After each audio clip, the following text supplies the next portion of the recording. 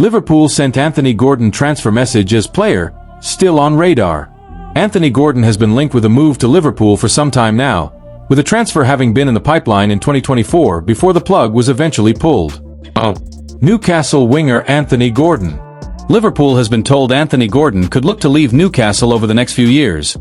Although the Reds have been warned the former Everton star won't be cheap. Gordon has been linked with a move to Anfield for some time now. A transfer was on the cards last year as Newcastle looked to ease its PSR concerns, although the deal never went through due to the Magpies wanting Jarell Quansah in return. After that saga, Gordon went on to sign a new long-term contract at St. James Park, keeping him in the northeast until 2030, although the links with Liverpool have persisted. The England international support for the Reds has no doubt played a role in that, with Gordon having played at Liverpool's academy before switching to Everton at a young age. He has also made no secret of his admiration for some of Liverpool's legends, such as Steven Gerrard and Mohamed Salah, and former Newcastle star Chris Waddle believes a move to Anfield may still be on the cards, although not anytime soon. Speaking to Boyle Sports, who offer football betting, Waddle said, "I don't know how much money Liverpool have left. They've spent a lot." Anthony Gordon came close to a move to Liverpool last year in 2014. I think they were looking at Anthony Gordon because they were thinking about Luis Diaz moving to Bayern. Diaz is a really good player who played well for Liverpool, so they were probably lining up some money to replace him. They went for Florian Wirtz and they have other players now. Gordon may still be on their radar, but maybe next season or the season after. I think Anthony Gordon has a long-term deal at Newcastle, so if they do come for him, he won't be cheap. It will be a situation where a lot of money is involved. At the minute, Liverpool's problems are more than just a left winger, so I can't see anything happening there. I think Anthony Gordon, one day, maybe 2, 3, or 4 years from now, will eventually want to move on and follow patterns set by other players. Right now, he has the World Cup coming up, and he's not guaranteed to make it into the top teams, let's be honest. So he's at Newcastle at the moment, in the best position to think about going to the World Cup. He's enjoying his football at Newcastle, so why would he want to leave? Liverpool.com says, Gordon is clearly a player Liverpool likes. It wouldn't have been willing to sign him last year if that wasn't the case. No doubt he will continue to be linked with a move to Anfield, but you doubt whether anything would be on the cards in the next year or so, and 3 or 4 years, as Waddle suggests, might be too late for Liverpool to consider. Marcus Rashford sends stunning message to Manchester United over Barcelona transfer. Marcus Rashford wants to stay at Barcelona beyond the end of the season. Marcus Rashford has sent a message to Man United that he wants to stay at Barcelona once his loan spell comes to an end in the summer.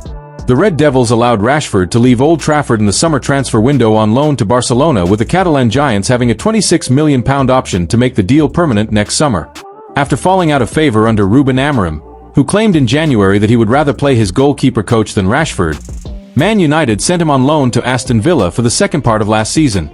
Rashford got off to a slow start at Barcelona with rumors that they could terminate the deal early, but now he is finding his feet for the La Liga side. The England international has 5 goals and 4 assists in his last 12 matches in all competitions for Barcelona, including 2 goals and a 6-1 win over Olympiacos in the Champions League in midweek. And now Rashford has revealed that he definitely wants to stay at Barcelona once his loan deal from Man United expires in the summer. When asked if he wants to stay at Barcelona, Rashford told ESPN, "Oh yeah, for sure. I'm enjoying this football club, and I think for anybody who loves football, Barcelona is one of the key clubs in the history of the game. For a player is an honor." Rashford added, "It was so many years in one place. People forget this, but 23 years of my life was with Manchester United. So sometimes you just need a change. I think maybe this is the case with me, and yeah, I'm enjoying everything." Transfer expert Fabrizio Romano insists that Rashford is sending very clear messages about his future as Barcelona consider triggering the option in the loan deal from Man United. Romano said on his YouTube channel, "Rashford is doing great at Barcelona. Rashford is sending very clear messages. His desire to be a Barcelona player is there since January 2025. Almost 1 year ago, in the January window, it was not possible to make the deal happen because Barcelona didn't have the space to register and sign Rashford because Ansu Fati didn't want to leave the club in January. Then in the summer, Ansu Fati accepted the possibility to leave Barcelona, went to Monaco. Barcelona had the space to sign Rashford, and they completed the transfer on a loan deal with a €30 million buy option clause. Now, Rashford is performing in a fantastic way, already reaching 10 goal contributions between goals and assists, Doing very well also in the Champions League, can play as a striker, can play as a winger. You can feel how comfortable Rashford is at Barcelona. As I've been telling you for weeks, the feeling internally at Barca is that Rashford really perfectly fits the structure they have on the tactical point of view at Barcelona. They're very happy with all the relationships Rashford has with his teammates as well. Liverpool gets Marc Guéhi wake-up call as rival makes transfer move. Marc Guéhi was on the verge of joining Liverpool on deadline day during the summer transfer window, but the deal fell through as Crystal Palace decided against losing its captain. Marc Guéhi almost joined Liverpool on deadline day, but a deal collapsed. Liverpool's hopes of signing Marc Guéhi have taken a minor hit. The Crystal Palace defender was on the Reds' radar during the summer transfer window, but a deal didn't come to fruition. Liverpool had agreed to sign Guéhi from the Eagles on deadline day. However, as Oliver Glasner and Steve Parish locked horns over the England international's future, he underwent a medical in London. The Palace chairman decided against losing another key player so late in the transfer window, having already sold Ebereki Eze to Arsenal, and consequently cancelled the deal. Now, unless Guéhi renews his contract at Selhurst Park, he'll be available on a free transfer at the end of the season. For now, Liverpool can do nothing. From January, overseas clubs will be able to start pre-contract discussions with the Palace skipper. Liverpool, along with every other English club, must wait until he enters the final month of his contract in May. Alternatively, Liverpool can make a transfer offer in January, but that would mean spending money on a player who would be available as a free agent just months later. Sky Sports Germany reports that Bayern Munich's director of sport, Max Eberl, recently met with Guéhi's agent, Gordon Stipik. Guéhi will remain at Crystal Palace until at least January. It said that the Bundesliga champion is now in the running to secure the Englishman's signature, but it faces stiff competition from Liverpool and Real Madrid. Bayern has set its sights on Guéhi as a potential replacement for Dayot Upamecano, whose contract is also due to expire this summer. Any potential move for the Liverpool target could also depend on whether Kim Min-jae remains at the club. Earlier this month, it emerged that Guéhi has no plans to pen fresh terms at Selhurst Park. Speaking to journalists last week, Glasner confirmed, "I think Marc has already told us that he doesn't sign a new contract, so he will leave next year. The club wanted him to stay. They offered Marc a new contract, but he said, 'No, I want to make something different.' And that's normal. And for us, it's how we can deal with this situation. What is the best way to get this next step done? And that's all about how we are talking together." Pressed on his future whilst away with England this month, Guéhi kept his cards close to his chest. The ex-Chelsea centre-back told the BBC, "I like to live in the present and I can't be thinking about the future at all because there is a lot of work to do, but also my future is in God's hands. Wherever God wants me to go, I will go, but that will be taken care of at the end of the season. As long as I'm playing well and helping Palace, there's definitely an opportunity for me to be here as I am today. Whether it's sorted or not, it's not really the most important thing, to be honest. Personally, I don't know if I can think that far ahead. I like to just take it step by step, and that is just focusing on the games that I have at Palace and any upcoming opportunities one have here." When deadline day happened, it was all a blur. To be honest, I'm still the same young man trying to find his feet, find his way, trying to improve. There's so many experiences I can take, not just from that, but just the games that I've had over the last 12 months or so. 3 players just swiped Liverpool's starting place as Arne Slot unlocks ideal formula. Arne Slot made his Liverpool team look much more solid and controlled against Eintracht Frankfurt, and he must now repeat the trick against Brentford on Saturday. After a dire run, Liverpool needed to get back on track quickly. And with an emphatic victory over Eintracht Frankfurt in the Champions League, if that doesn't instill confidence, what will? Arne Slot is sweating on injuries to Jeremy Frimpong and Alexander Isak after the summer arrivals both picked up issues in the first half at the Deutsche Bank Arena. But the Liverpool boss saw plenty of positives too as his losing streak ended. Florian Wirtz got his first assists in a competitive game for Liverpool. Hugo Ekitike took his goal very well and was excellent again, and the Reds' attack finally found its groove. What that means for Mohamed Salah, who has been out of form and found himself out of the team here, remains to be seen. Ryan Gravenberch, too, was missing through injury, but will return to the starting 11 when he is fit again. But the changed Liverpool not only got a positive result, but also responded well to going behind, and put in a calm, composed and fundamentally cohesive showing. Eintracht Frankfurt didn't look up to that much, even if it beat Galatasaray 5-1 earlier in the competition, but Liverpool still had to put in a performance after a tricky run. And having done so, multiple players who came in should keep their places. Hugo Ekitike of Liverpool speaks to the media in the flash interview after the team's victory during the UEFA Champions League 2025-26 League Phase MD3 match between Eintracht Frankfurt and Liverpool FC at Frankfurt Stadion. Ekitike not only scored but also put in another strong effort across the course of the game. With news that Isak has a groin issue, hence why he was forced off at halftime, he should arguably be the first name on the team sheet at Brentford this weekend. Closely behind him should be Curtis Jones, who replaced Alexis Mac Allister here. In addition to being a strong runner, he barely gave the ball away and injected considerably more balance into the side. Jones completed 122 of his 127 passes on the night, the most by a Liverpool player in a single Champions League game since Opta began taking records in 2003-04. With Mac Allister struggling for form after coming back from an injury that kept him out for much of the summer, going with Jones for a spell is now a no-brainer, starting with Brentford. Similarly, Andy Robertson took his chance. In for Milos Kerkez, a player whose early season struggles have been slightly exaggerated, but who has certainly not been at his peak, the Scotland captain seemed determined to leave an impression. Content with sitting back and offering an extra defensive buffer, Robertson's inclusion in the team went a long way to helping restore calmness in the Liverpool team as well. In the long run, Isak, Kerkez and Mac Allister will be mainstays of the best Liverpool starting 11 that Slot can select.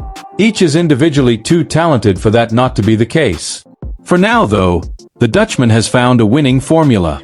As Liverpool looks to keep pace with its league title rivals, the Reds have the ideal template to replicate. African Player of Year shortlist revealed as PSG's Hakimi and Salah lead the way. The 10-man shortlist for the 2025 African Footballer of the Year award has been revealed this week. Previous winners of the prestigious award include the likes of Sadio Mane, Senegal, in 2022, Victor Osimhen, Nigeria, in 2023, Ademola Lookman, Nigeria, in 2024, Mane once more in 2019 and Mohamed Salah, Egypt, in 2017 and 2018. The full list of this year's nominees goes as follows.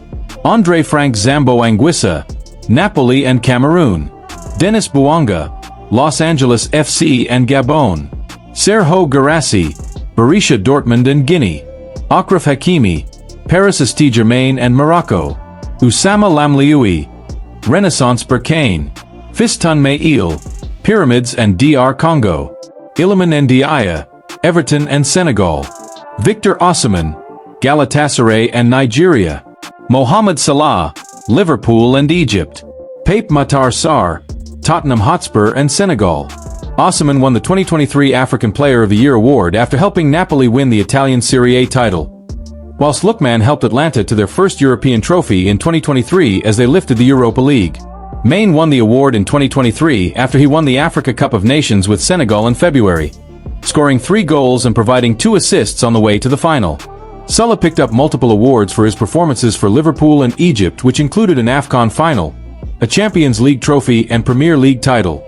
Salah and Hakimi and the favourites for the award, and odds favour the Moroccan who won the League One title, Champions League, Super Cup and Coupe de France title. Hugo Ekitike explains refusal to celebrate milestone Liverpool goal. I have so much respect. The Liverpool star scored the equaliser for the Reds against his old club as they went on to win 5-1. Liverpool striker Hugo Ekitike declined to celebrate after finding the net against his former club Eintracht Frankfurt during Wednesday evening's commanding 5-1 Champions League triumph, which brought an abrupt halt to the Reds' concerning 4-match losing sequence. The French forward, who transferred from the German side earlier this year, maintained a respectful stance after his 35th-minute equalizer at Deutsche Bank Park. I have so much respect for Frankfurt. They made me the player I am, and I wouldn't be here if I didn't go to Frankfurt. I am respectful and grateful for what they did to me, Ekitike explained to TNT Sports following the match. His composed finish, racing onto Andy Robertson's defense-splitting pass before calmly beating goalkeeper Michael Zetterer, marked his maiden Champions League goal and proved the catalyst for Liverpool's remarkable first-half transformation. The hosts had seized control after 26 minutes when Rasmus Christensen's strike found the net via the far post, capitalizing on Liverpool's defensive vulnerability following a midfield turnover. The goal marked the 18th conceded by the Reds in just 13 matches this campaign. Yet Ekitike's breakthrough sparked an extraordinary 9-minute blitz that completely reversed the match's trajectory. 4 minutes after the Frenchman's leveler, Captain Virgil van Dijk rose to meet Cody Gakpo's corner delivery, powering a header past Zetterer. The visitors' set-piece dominance continued as Ibrahima Konate added a third just before the interval, the centre-back climbing highest to convert another corner. Arne Slot's tactical gamble of pairing Ekitike with Alexander Isak in attack for their inaugural start together ultimately paid dividends, though the partnership lasted only 45 minutes. Ekitike reflected on his special homecoming, telling TNT Sports, "It was a great feeling to come back to Frankfurt. It was something special to come back home. To win and score my first Champions League goal here was important." The 22-year-old detailed his finishing technique for the crucial equalizer. "I just keep it calm and cool. I knew he would come and open his legs, so I put it between the legs and that worked." Regarding his developing partnership with Isak, Ekitike acknowledged room for growth whilst praising his strike partner, adding, "I think it was good. We can improve together and he is a very good player. We need to work together and find a good association. I have very good teammates, staff, and I love my life here. I hope I can keep going because it's about consistency in football. I feel really good and they have helped me a lot. That is why I am calm and doing my thing." Hugo Ekitike was at Frankfurt for a year and a half after a loan spell from PSG was made permanent in 2024. Liverpool's dominance extended into the second period as Cody Gakpo converted Florian Wirtz's square pass before Dominik Szoboszlai's thunderous long-range effort completed the rout in the 70th minute.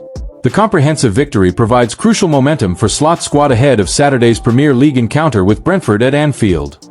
The Dutch manager's decision to rest Mohamed Salah proved justified as his side rediscovered their attacking fluency. Latest sports news. Captain Van Dijk dismissed suggestions the result represented a statement, maintaining perspective on the team's recovery.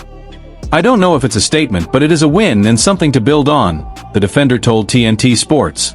"We don't get dragged into the negative things that are going around. The only way you can play your game is to focus on the task ahead. Keep going. Don't get dragged into all that stuff."